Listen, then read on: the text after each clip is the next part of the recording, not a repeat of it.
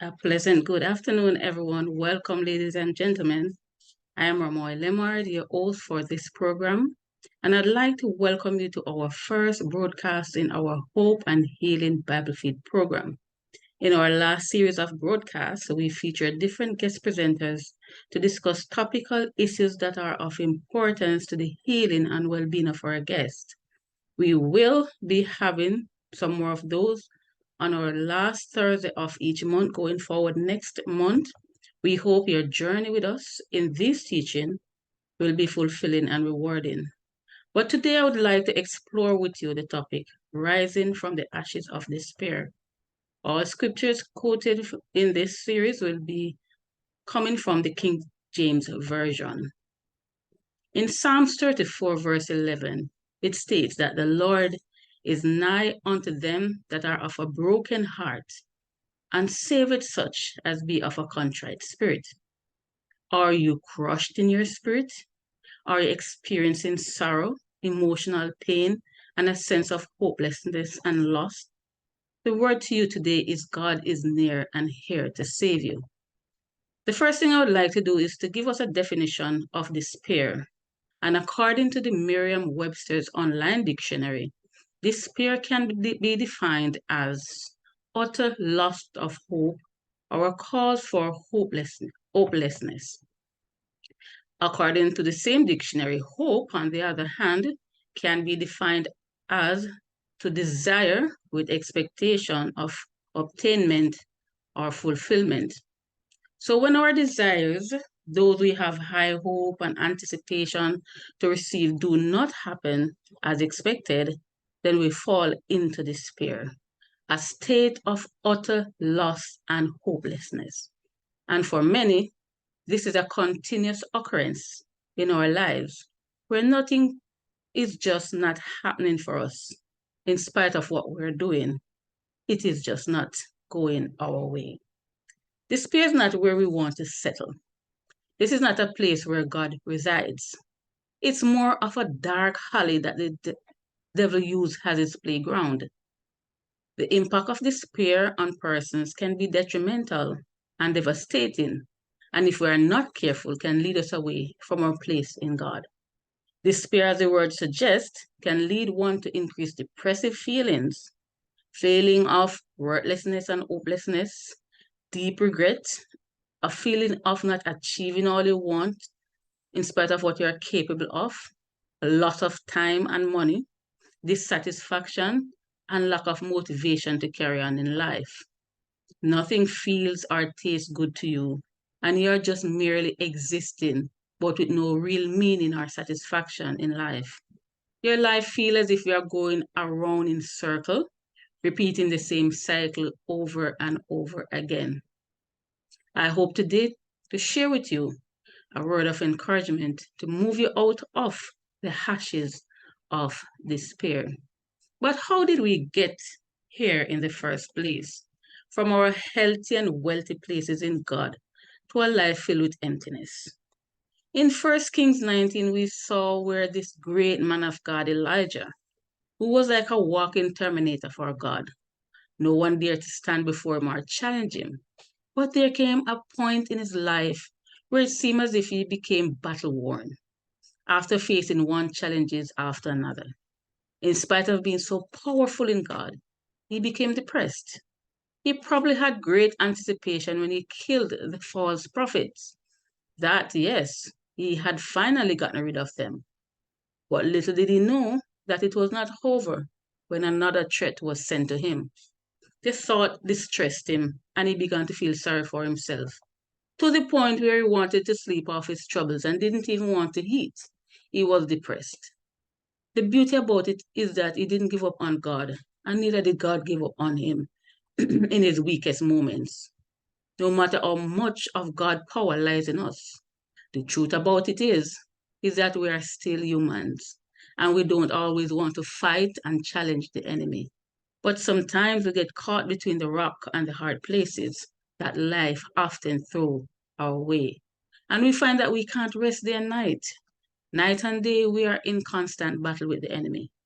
This often leads us to the crisis of despair because God did not call us to fight. but he called us to rest in him. And until we learn to trust in God and rest in his power and his promises and allow him to fight the battles, we will always be caught in the battles of life. Jonah was another prophet in the Bible. And if you notice, I'm speaking here about men of God who had great relationship with him and were used powerfully by him, yet they suffered despair. So yes, Christians do suffer despair.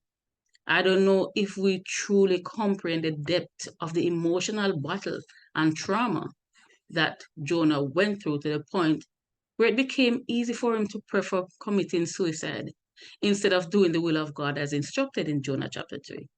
Jonah saw the wickedness of the people of Nineveh in such a bad light that he thought his desire should be greater than that of God, and that his will to have them destroyed should be honored over the will of God to save them.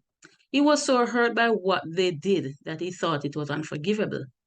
Doesn't that sound familiar to us? That sometimes things happen to us in life to a point where we begin to hate, a root of bitterness begin to rise in us so much that we wish ill to those we considered our enemies.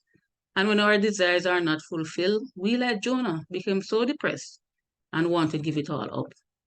Another famous Bible character is innocent Hagar, who without choice was asked to bear Abram's child as seen in Genesis 16. She was a mere servant girl, a handmaiden, who had to do as her master commanded. But unfortunately, she allows pride to overcome her and she started to boast about her privileged position of bearing a child to this great man of God, Abraham. So she becomes scorned by her master, who later threw her out of the home with her son. She was left to fend for herself and her son with little to nothing to her name. Wouldn't this bring on despair? When we find ourselves in a situation that is out of our control and it backfires and we become the target, we are the one asked to bear the consequences. This will make any sane person suffer from despair.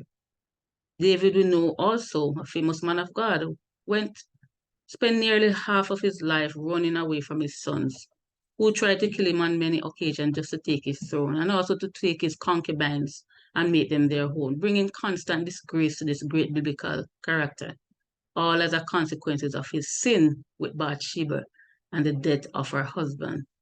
Many times life throws us curveballs, but some are consequences of our behavior and the sins we may have committed.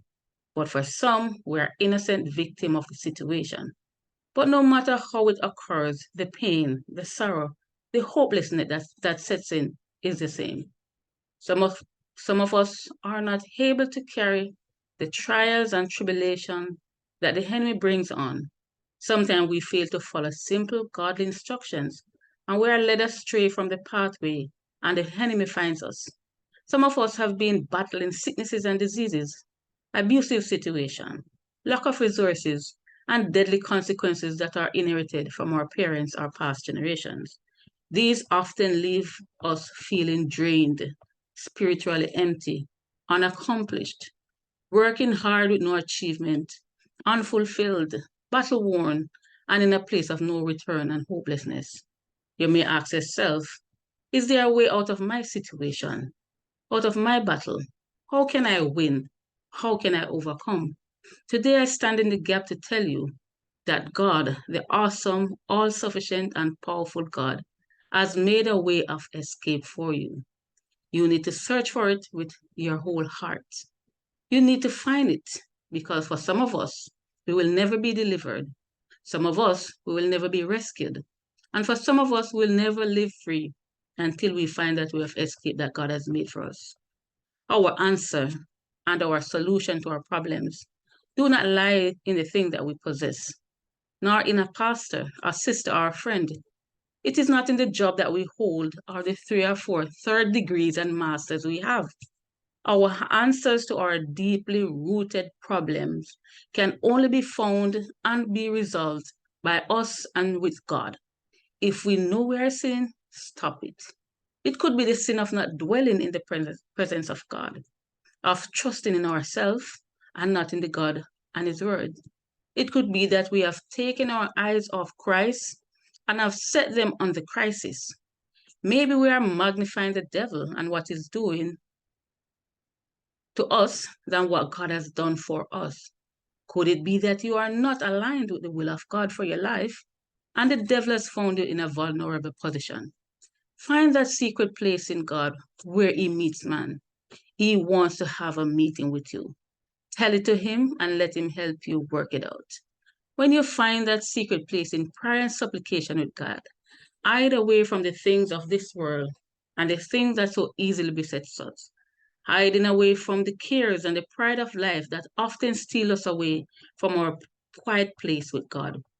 Do you really want that victory, that deliverance, that healing that you so long and hungry for? All your answers lie in God.